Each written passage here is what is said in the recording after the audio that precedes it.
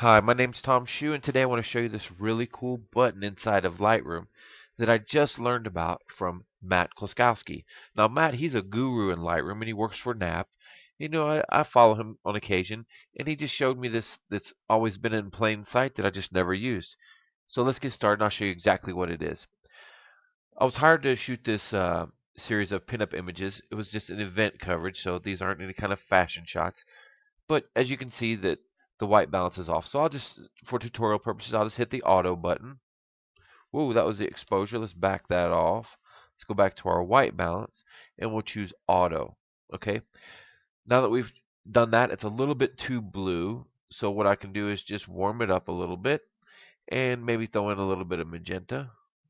Maybe not too much. Then I'll come down and deal with the exposure. So first thing I'll do is I'll start with the black point. I'll hold down the Alt key, and that's the Option key on the Mac, and I'll drag it in so I start to see a little bit of black going on there. And I'll do the same thing with the white point. I know those lights are white already, but I want a little bit of white coming in. So now I got some specks coming from that side. Next thing we're going to do is we're going to bring the shadows up just a hair, okay? And I might bring the overall exposure up just a little bit, something like that. Now I'm going to grab the clarity slider, slide that up a little bit, maybe add a little bit of vibrance. Okay, so we'll call this one done. Now you can see that the next image, although there's a fellow in there, it's pretty much the same exposures and the same problems we had with the first image. Okay, so let's just choose the next image. Now we could go through and we could sync all the settings and do all that kind of stuff, but there's a faster way. You see this right here? Previous. It's going to apply all the previous settings from the previous image. Click it, done. Go to the next image. Click it, done. It's that simple.